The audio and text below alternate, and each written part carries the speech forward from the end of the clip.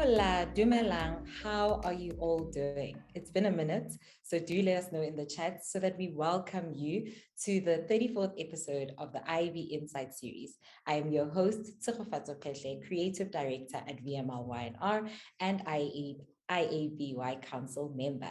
Right, let's get started. Our first speaker is Chris Borain, who is the Head of Innovation at AME, an experienced CEO, CFO, and commercial and digital lead with a demonstrated history of working in the media, digital, and tech industries. After qualifying as a chartered accountant, Chris's career has been spent working across all media types, including radio, TV, print, and a newswire agency startup, but always with the emphasis on the informational opportunities afforded by digital media. Chris has worked for and across most of the media groups in South Africa and is currently head of digital for United Stations. He will give us an overview of the audio landscape in South Africa. Chris, welcome. Morning, and good morning, everybody, and thanks for the opportunity to talk to you all. Just to start off with, I'm just going to give a brief overview coinciding with what was spoken about, or agreeing with what was spoken about from the IAB in the US. Just in a recent survey done by the IAB, sort of 2021, late 2021, you can see the shift in listening from traditional radio into audio, where we started out in 2019 at, there was a total of 122 versus 135, and that has switched completely now. More people are listening to digital audio in the US than are listening to traditional radio. And it's a combination of things. It's a combination of audio streaming, listening to the likes of, Spotify, etc., but also listening to podcasts. And it's now a mainstream media. 40% of Americans listen to podcasts every single month, and that's only going to grow and grow and grow. In terms of ad spend, 72% of all advertising spend is digital at the moment. That includes everything that goes in display and search. Digital audio and podcasts make up 12% currently, but it's expected to continue growing up to 49%, with the estimation that that digital ad spend will outgrow or will be greater than radio by 2025. What does this look like for the South African consumer? At the moment, this is some studies. This is a recent study done by Ipsos and BRC, which is the survey done to understand radio listening habits. If you look at that, online video streaming, music streaming, and podcasts, it's starting to become a significant portion of the South African media consumption habits, and this is increasing more and more and more. And more people are listening to radio with not using traditional radios anymore. So they're using digital speakers or the laptops, etc., which then allow people to switch seamlessly across into audio streaming and podcasts. And we have seen that grow. Like audio streaming in South Africa has almost doubled during the course of the pandemic. A lot of that is due to the fact that people are now working from home and listening from home. But it is an interesting shift in the marketplace. The next piece of research that I just want to show is, it came out about 2 weeks ago. The Infinite Dial is a worldwide study of digital media consumer behavior undertaken in the US. This is the second time that South Africa has participated in that survey. First one is in 2019, and you can see the next one in 2021. And it's great for us in the audio space, in the digital audio space, because it allows us to compare where we were 2 years ago to where we are now, and how those kind of behaviors have shifted. Our next speaker is Nicole Engelbreft, who is the creator and host of the True Crime South Africa podcast. After spending 20 years in corporate management, Nicole decided to try her hand at creative entrepreneurship and has never looked back. In 2019, she pioneered South Africa's first victim-focused true crime podcast, True Crime South Africa, and has helped to develop true crime as a genre in podcasting in South Africa. Her newest podcast offering is I Lived Through This, and will be launching in early 2022, focused on the survival stories of ordinary South Africans.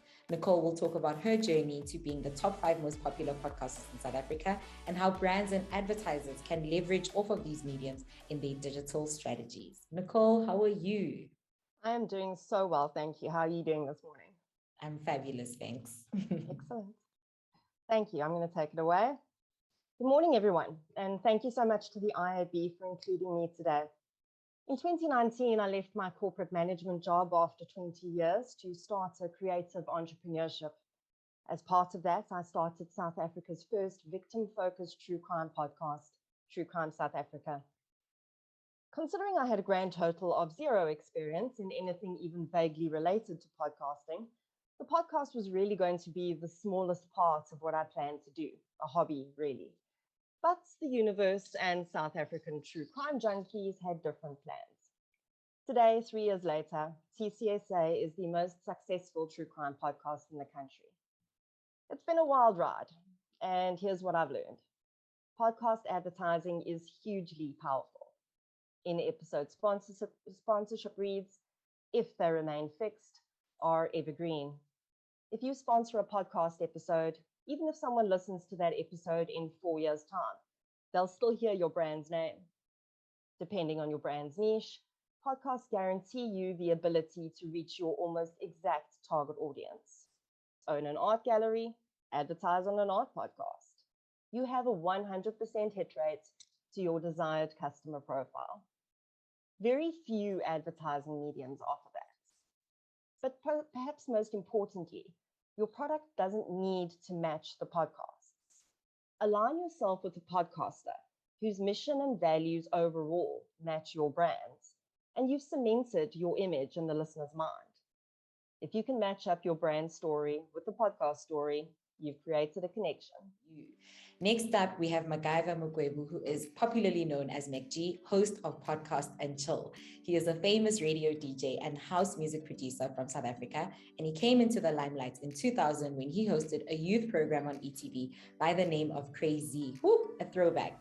The show ran up to 2005 when he left the station to pursue his radio DJ career full-time. He will talk about the key factors that have led him to building the largest podcast in South Africa and how he uses his podcast to engage with audiences and what's next for his platform strategy. McG, hello, how are you?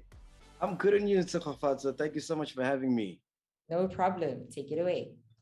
All right, cool. So yeah, just like you said, I'm from a radio background, started at YFM and then moved to 947. And then in 2018, I decided to start my own podcast, Podcast and Chill, which has since become the biggest podcast in Africa. As a matter of fact, it's the second biggest podcast in the world. And since then, we have garnered an audience that's remarkable and it's very loyal. It's a very vibrant, ambitious audience. We average about 4 million views a month. We've got about 550 subscribers. Sorry, just give me a second. Oh, sorry about that. Yeah, we've got about 550 subscribers, predominantly South African audience. But then again, we do also have a worldwide audience. We did a poll in a recent episode and we were like, because the people that subscribe to the channel and watch our content, we call them chillers. So like, if you're a chiller and you're not from SA, please comment below and let us know which country you're coming from. And just from that, we got about 60 countries that registered in the comment section, which was remarkable. And when we look at the demographics, we're looking at about 60% male, 40% female, LSM 8 to 10. So this shows that these are people that have spending power and they actively choose to want to watch our content, listen to our content. And more than anything, they come back week in and week out, as the numbers have shown. We average about 4 million views a month. And this is just on YouTube. So this is the video element of what we do. And when we move into audio, we're the second most listened to podcast in the country, just behind Joe Rogan. And I think we're probably the biggest podcast in Africa. And it goes to show, because even some of the international podcasters recently, about 2 or 3 weeks ago, were talking about content that we had on the show on their podcasts. Talking about Joe Budden, Charlemagne the God, who are really, really big players in the space in America and in the world in general. Next up, we have Megan Perks, Executive Creative Director at Joe Public United, and she began her career in Cape Town in publishing at Media 24, working across several brand titles. From magazines, she moved into e-commerce, focusing specifically on content marketing in the digital space, and joining Joe Public in 2015 to creatively head up the Jet retail account. Megan has grown to lead the digital cluster of the company. Megan, welcome. Thank you so much. Thanks for having me today. Okay, great. So I'm going to get into it. I'm just going to share kind of 3 key learnings. And really, this is taken from a creative perspective of when you actually want to create a podcast, either on behalf of a brand or as part of something that you're starting on your own. I think the first and biggest learning for me, at least when I started to work on podcasts as part of our sort of offering to clients, is that podcasts are listened to on demand. And I think, you know, it's quite challenging for creatives, especially if you've been working in radio for a long time, to start to get your head around this. But I think the 2 biggest value adds of podcasting are really that they can be listened to anytime and everywhere. So, you know, I think it's really important to conceptualize, plan, and then create your podcast for being an on-demand medium.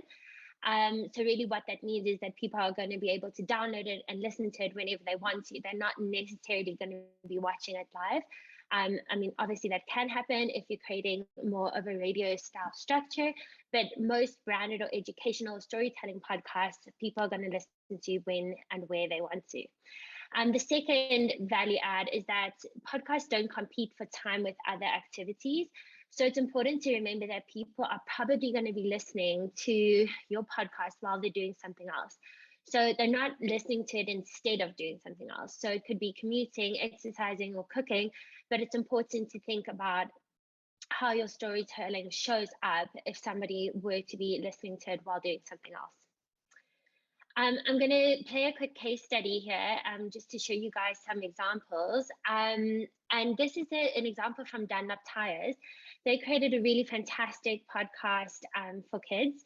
So essentially it is stories, South African stories for road trips specifically. So I think very exciting to see brands like Dunlop working in this space.